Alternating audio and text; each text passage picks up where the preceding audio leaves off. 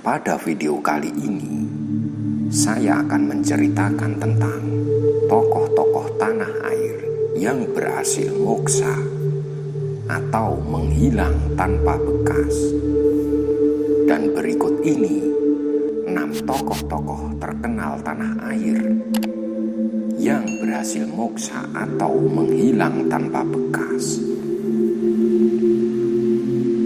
Mungkin tidak banyak orang yang mengenal istilah moksa, atau secara artian mudah adalah meninggal dunia tanpa meninggalkan jasad, alias menghilang tanpa jejak.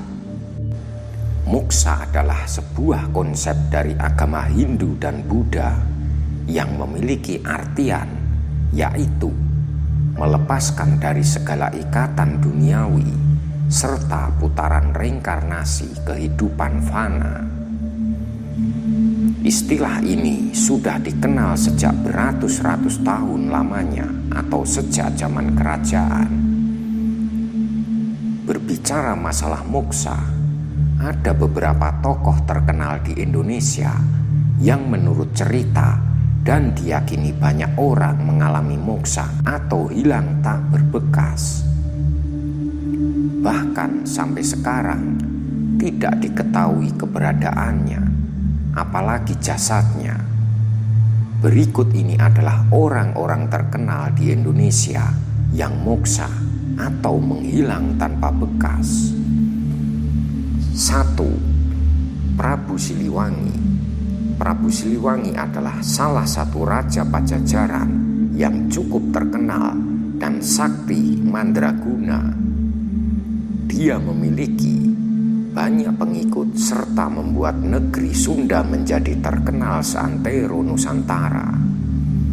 Ketika ajaran agama Islam masuk ke tanah air, dia mendapatkan desakan agar meninggalkan agama terdahulu dan menjadi seorang mu'alaf.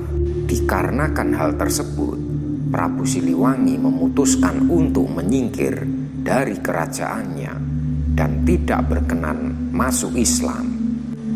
Sebelum mengambil tapa moksa, dia memberikan wejangan kepada para pengikutnya untuk memilih sesuai keinginannya sendiri. 2. Prabu Brawijaya V. Seperti halnya Prabu Siliwangi, Prabu Brawijaya V adalah raja kesekian dari Majapahit yang memutuskan untuk moksa setelah melarikan diri karena kerajaannya dihancur leburkan oleh putranya sendiri, yaitu Raden Patah. Sebelum moksa, Prabu Brawijaya V masih memeluk agama Buddha, dan di akhir keberadaannya dia meminta Sunan Kalijaga untuk mengislamkannya. Setelah menjadi mualaf, Prabu Brawijaya V melakukan tapa tingkat akhir di Gunung Lawu dan moksa. 3. Mahapatih Gajah Mada. Ada 2 versi mengenai masa akhir dari Mahapatih Gajah Mada, yaitu pertama, dia diceritakan mengalami sakit dan pada akhirnya meninggal dunia pada tahun 1364. Hal ini sepertinya tertulis pada kitab Kakawin Nagara Kertagama. Versi kedua adalah Mahapatih Gajah Mada melarikan diri setelah terjadinya perang Bubat, yaitu perang antara kerajaan Pajajaran dari negeri Sunda dengan kerajaan Majapahit. Gajah Mada dituding sebagai penyebab utama terjadinya perang. Sebelum tertangkap dan diadili atau dibunuh, Gajah Mada melakukan yoga, semedi, dan moksa hingga sekarang ini. 4. Prabu Jayabaya. Dikenal dengan nama Prabu Jayabaya atau Jayabaya, dia adalah raja kerajaan salah satu pewaris tahta Prabu Airlangga yang mendapatkan jatah wilayah di Jenggala, Kediri. Saudaranya Jaya Sabha. Jaya Sabha adalah pemilik jatah wilayah lainnya yang berpusat di Pulau Daha. Kedua saudara ini terus-menerus berperang untuk mendapatkan wilayah, dan pada akhirnya Jayabasa kalah dan seluruh Jawa Timur dikuasai oleh Jayabaya dengan pusat pemerintahan di Kediri. Walaupun menjadi raja yang terkenal dan berhasil membuat kerajaan yang diperintahnya memasuki zaman keemasan, namun rasa berdosa dan bersalah karena telah membunuh saudaranya sendiri terus menghantui Jayabaya.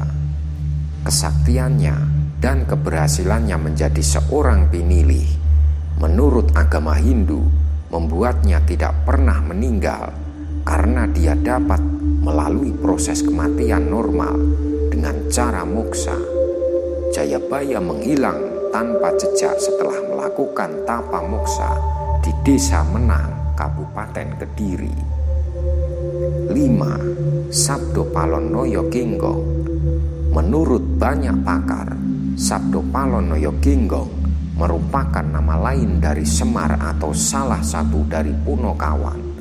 Walaupun banyak orang yang mengatakan bahwa Punokawan termasuk Semar di dalamnya adalah tokoh fiktif, namun tidak sedikit yang mempercayainya.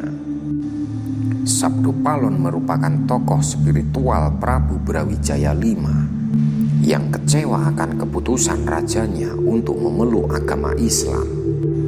Dia memutuskan untuk pergi dan menghilang secara moksa setelah Prabu Brawijaya V menjadi mualaf. 6. Supriyadi. Memang sampai sekarang kisahnya masih simpang siur dan tidak pasti akan kebenarannya. Ada yang mengatakan bahwa Supriyadi meninggal sewaktu memberontak dari Jepang yang kala itu menjajah Indonesia, dan ada pula yang mengatakan bahwa pria asal Blitar ini menghilang tanpa bekas alias moksa. Bagi sebagian orang, menghilangnya Supriyadi sempat dijadikan bahan bercandaan, yaitu menghilang tidak dapat kembali. Namun bagi orang lain, khususnya orang-orang zaman dahulu, menganggap bahwa moksanya Supriyadi adalah benar dan akan kembali muncul jika Indonesia sudah dalam keadaan yang teramat gawat. Mungkin banyak orang yang tidak percaya akan kejadian moksa seperti yang berlaku pada orang atau tokoh-tokoh terkenal di atas. Namun secara turun-temurun, cerita menghilangnya orang-orang tersebut telah diyakini kebenarannya dan terus dilestarikan sampai sekarang. Percaya atau tidak, hanya Anda sendiri yang dapat menentukannya. Terima kasih. Assalamualaikum. Salam sejahtera. Santi Santi Santi Namo Buddhaya. Swastiastu.